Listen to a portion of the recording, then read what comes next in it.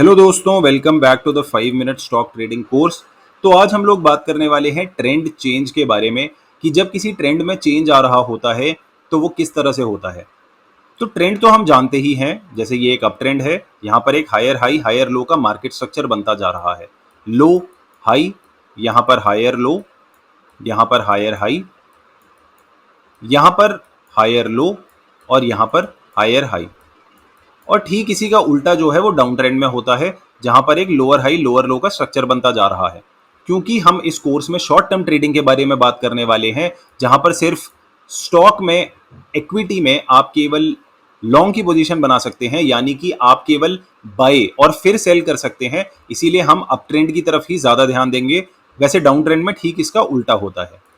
तो अगर आप इस अप ट्रेंड को देखेंगे, अगर मान लीजिए इस अप ट्रेंड को चेंज होना है डाउन ट्रेंड में, तो उसके लिए क्या होना पड़ेगा। अब आप थोड़ा सा सोचिए कि अगर इस वाले ट्रेंड को चेंज होना है, यानी कि अभी स्टॉक यहां से नीचे आया है, अब आप यहां से एक्सपेक्ट कर रहे हैं कि स्टॉक ऊपर जाएगा, तो उसके लिए क्या होना चाहिए। अब आप लोग शायद सोच रहे होंगे कि ये तो हायर हाई हायर लोज बनाता जा रहा है। अगर ये यहां पर एक हायर लो बनाने के बाद उसके बाद फिर से ऊपर को चला गया, तो ये तो एक और हायर हाई बन जाएगा और ट्रेंड कंटिन्यू हो जाएगा। तो ट्रेंड कंटिन्यू हो जाएगा। इंपल्सिव मूव जो है, जैसे ये इंपल्सिव मूव है, ये हमेशा रिट्रेसमेंट मूव से बड़े होंगे और इस तरह से तो ट्रेंड कंटिन्यू होता रहेगा। तो मान लीजिए ट्रेंड कंटिन्यू नहीं होना है, ट्रेंड ने चेंज होना है, तो उसके लिए क्या करना पड़ेगा। उसके लिए मार्केट स्ट्रक्चर को टूटना पड़ेगा, यानी कि स्टॉक ऊपर जाएगा और उसके बाद कुछ इस तरह का मूव आ जाएगा। ये मूव एकदम अनएक्सपेक्टेड मूव होगा, क्योंकि यहां पर आप एक्सपेक्ट कर रहे थे कि जो लो बनेगा वो इस वाले लो से ऊपर बनेगा, कुछ इस जगह पर लो बनना चाहिए था। लेकिन स्टॉक में इतना तेजी से फॉल आया है, जिसकी वजह से ये लो जो है ये इस लो से नीचे बना है। इनफैक्ट अगर आप ध्यान देंगे, ये वाला लो जो है ये दूसरे लो से भी नीचे बना है, यानी कि दो जो आपके हायर लोस थे वो दोनों के दोनों टूट गए। यानी कि अब जो मार्केट स्ट्रक्चर है वो चेंज हो गया है। तो जब ट्रेंड में चेंज होना होता है, उस समय जो आपका मार्केट स्ट्रक्चर है उसमें चेंज आना चाहिए। मार्केट स्ट्रक्चर में जैसे ही चेंज आ जाएगा, आप समझ सकते हैं कि यहां पर ट्रेंड का चेंज हो सकता है। और जैसे ही यहां पर ट्रेंड का चेंज हुआ है, उसके बाद आप ऐसा सोच सकते हैं कि शायद ये जो रैली थी, ये जो अप ट्रेंड था, यहां पर खत्म हो सकता है। एक और खास बात जिस पर आपको ध्यान देना चाहिए, ये जो हाई है ये पिछले वाले हाई से ऊपर है और इसको हम बोलते हैं स्टॉप हंट। स्टॉप हंट के बारे में हम पहले भी बात कर चुके हैं। यहां पर जनरली विक वाली कैंडल्स बनती है। यहां पर मार्केट का काम होता है कि जब मार्केट ने नीचे जाना है, जब मार्केट ने ट्रेंड चेंज करना है, उससे पहले वो यहां पर लोगों को दिखाता है कि देखो ट्रेंड कंटिन्यू हो रहा है। कई सारे लोग यहां पर बाई करने के लिए स्टॉक के पीछे भागते हैं, क्योंकि उन्हें लगता है अरे अरे मेरा ट्रेंड मिस हो गया।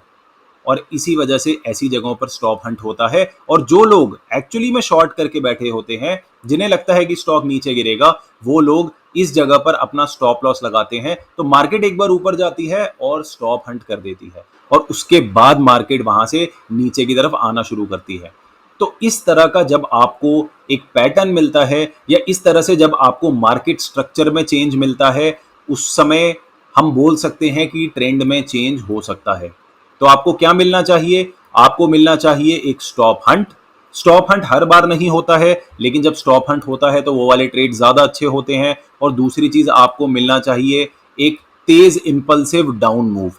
अब इंपल्सिव मूव कैसे बनता है? इंपल्सिव मूव बनता है इंपल्सिव कैंडल्स की मदद से। इंपल्सिव कैंडल्स के बारे में हम पहले ही पढ़ चुके हैं। इंपल्सिव कैंडल्स वो बिग बॉडी वाली रेड कलर की कैंडल स्टिक्स होती हैं। यानी कि ये वाला जो मूव है, इसमें आपको कुछ इस तरह की कैंडल स्टिक्स दिखेंगी, काफी बड़ी बॉडी, और उनका कलर रेड होगा। आपको कुछ रेड कलर की जो कैंडल स्टिक्स होंगी वो दिखेंगी। ऐसी रेड कलर की कैंडल स्टिक्स आपको इस वाले मूव में दिखनी चाहिए।